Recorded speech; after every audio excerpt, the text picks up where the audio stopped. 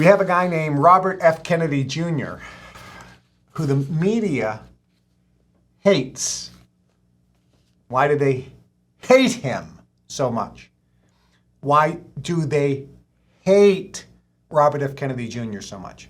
And I've had RFK Jr. on my radio show in the past. Why does the media hate? Keyword, hate. Listen to the commentators. It is hatred toward the man. This is the Kevin Trudeau Show. I am exposing the corruption in government and in major multinational corporations. We're telling you the things that they don't want you to know that will make your life better. Presidential candidates are not elected, they're selected. And when they're selected, and I talked about this in some previous shows, and other people on the internet have pointed this out as well. I'm not the only person.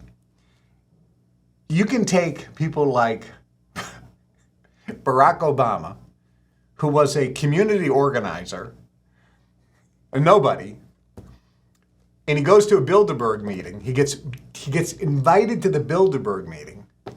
He comes out, and all of a sudden, boom, he's elected as a senator. First-year senator, hasn't even finished his term, and he's elected president. He was selected, completely controlled like a puppet. Perfect. You have Bill Clinton. Arkansas, nobody, last in the polls, goes to the Bilderberg meeting, comes out, he has been selected because he will follow along like a puppy. I'll do anything to get power and to be able to have as many women I want to come to the White House to have sex with. Look, I'm not criticizing him for that. JFK, had Marilyn Monroe come in, and I'm not judging anybody. Good for him. Good for the people that were in there. I guess if they had a good time. I mean, I don't judge anyone. You do what you want to do. Live your life the way you want. Just know, as long as it's consensual. Okay, maybe it wasn't real nice to his wife, unless she said, I don't care. I just want the power and control and the money. Sleep with whoever you want. I don't know. I'm not in that inner circle there. I'm not judging. But the point is, they're selected. And now we have Kamala Harris against Donald Trump. Everybody in Washington hates Trump. The media hates Trump. They don't want him in. He's an outsider. The Bilderberg Group hates him. Council on Foreign Relations hates him. He's not following the globalist agenda. He's not going to be controlled. Whether you like him or not, whether you think he's a buffoon or not, whether you think he's a liar or not, it doesn't matter. The fact is, everybody in the establishment, with rare exception, and there's a couple people in there that actually have a particular idea of what's going to be better for, first, the American, because he's an American president, not a global president. So they think he can actually help the standard of living and quality of life for American citizens, not people who are in the country illegally, but people who are legally in the country, living in the country legally, and who are U.S. citizens. And there are people that think, what's the difference? If a person's in here illegally, they have rights too. Look, I'm not going to argue human beings have human rights, because they're human beings and we have to love everyone categorically 100%. Should we have borders then? Should we have immigration? Do you have to have a passport? Why don't we just take all passports away around the world and say, hey, you can travel anywhere you want in the world, live anywhere you want, do whatever you want? Why not? Why not do that? Well, we'll have a show about that insanity and ridiculousness. How's that working out in Germany? Yeah, bring them all in. Okay, good. Stab, stab, stab, kill, kill, kill. Why did you do that? Because the fools in Germany let me come in the country, and I am an Islamic insane person who wants to kill Christians and hate the culture of Germany. But they, like idiots, let me in. I mean, that just happened, right? And that's nothing against Islam or Muslims, who I love, and they're beautiful people. This is about an insane person who just happens to be Islamic. Just like there's insane Christians who bomb an abortion clinic. If you're doing violence, regardless of your ideology or your religion, you're a nutcase. Violence is something you should stay away from. Just love people, man. Love them. Choose love, baby. Jews love. Okay, so we have the image makers. And the image makers are trying to create an image in your mind. And it works because you're all susceptible to the negative influence of other people. You're a psyop. If you watch the show, perhaps you'll wake up and come out of your trance and stop being a psyop. So one of the things that's interesting is we have MAGA, Make America Great Again. And some of you hate that. I have a good friend of mine. He hates Donald Trump. He hates MAGA. He's, of course, from Hollywood. And we're having dinner, and he's driving us home. We're in the backseat chatting, and we talked about Robert F. Kennedy and Trump, and we were just having a discussion. And he said, "Oh my God, should we?" He was to his wife. He goes, "Should we throw them out of the car now or later?" And we all were laughing because he's an ultra left-wing liberal. And we have nice conversations, and he's one of my best friends, and we can have political differences, and that should be the way it is for everyone. But there are those people who have vitriol, hatred toward Trump or Make America Great Again. If you don't like Trump, that's fine. If you don't like Make America Great Again or his policies, that's fine. But why do you have so much hatred? Aren't you the people who say, choose love? Aren't you the group that says, we need to be inclusive? We need to accept everybody. Except anybody who believes in Donald Trump! You I hate! But we need to love everyone. And we hate those MAGA people because they dislike homosexuals. Well, you understand? You hate that guy with violence and vitriol. You have a conniption because you think he doesn't like illegal immigrants. Well, if you really are inclusive, you should love everybody, even the person that you completely disagree with. In other words, you should be tolerant of somebody who's intolerant. That's love.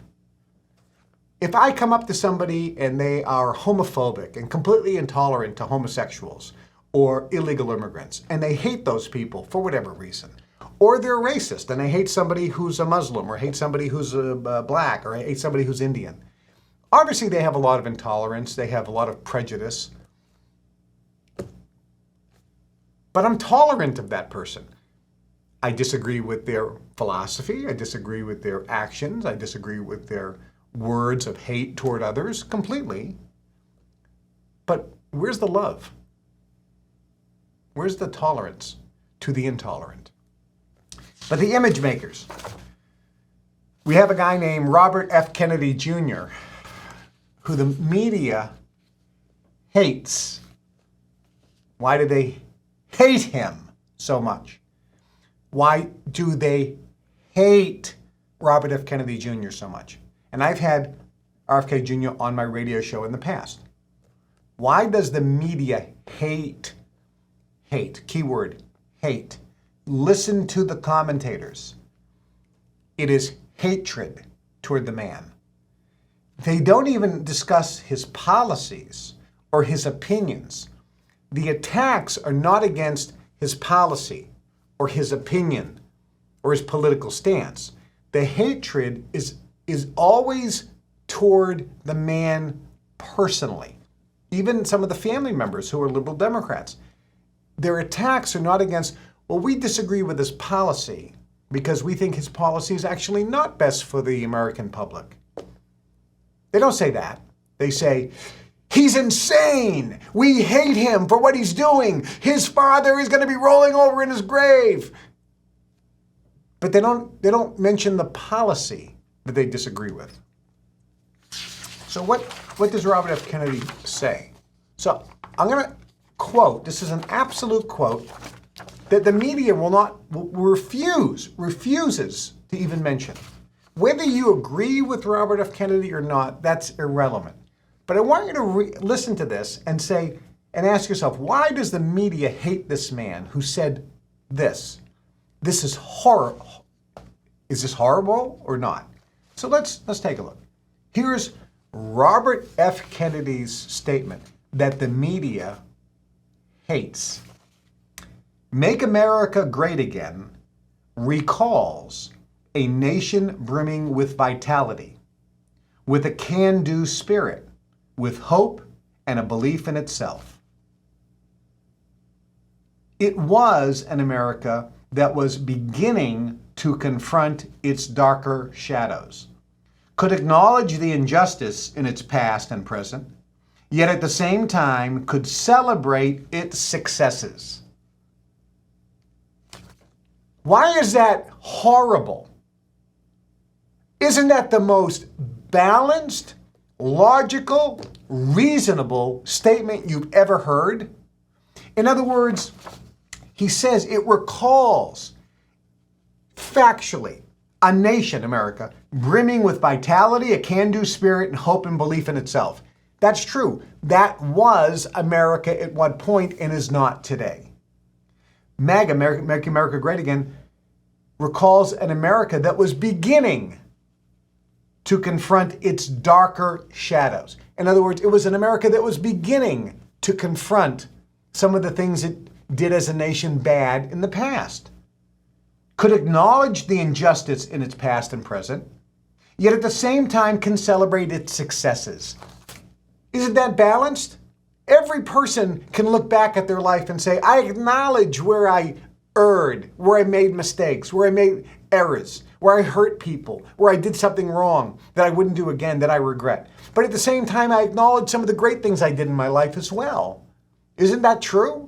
And why can't a country acknowledge some of the terrible things that maybe they have done as a country and a nation and they believed in the past, but at the same time also acknowledge some of the great things? Hey, we built the Panama Canal. Hey, we built these amazing bridges. Hey, we did this. Hey, we did that. Hey, we had this and that wonderful thing. Sure, we also had some bad things, but can't we celebrate our past successes? All right, here's what else he said that's terrible. America was a nation of broad prosperity, the world's most vibrant middle class, and an idealistic belief not consistently applied, however, in freedom, justice, and democracy. America was a nation that led the world in innovation, productivity, and technology, and it was the healthiest country in the world. I have talked to many Trump supporters. I have talked with his inner circle. I have talked with the man himself. This is the America they want to restore. How heinous.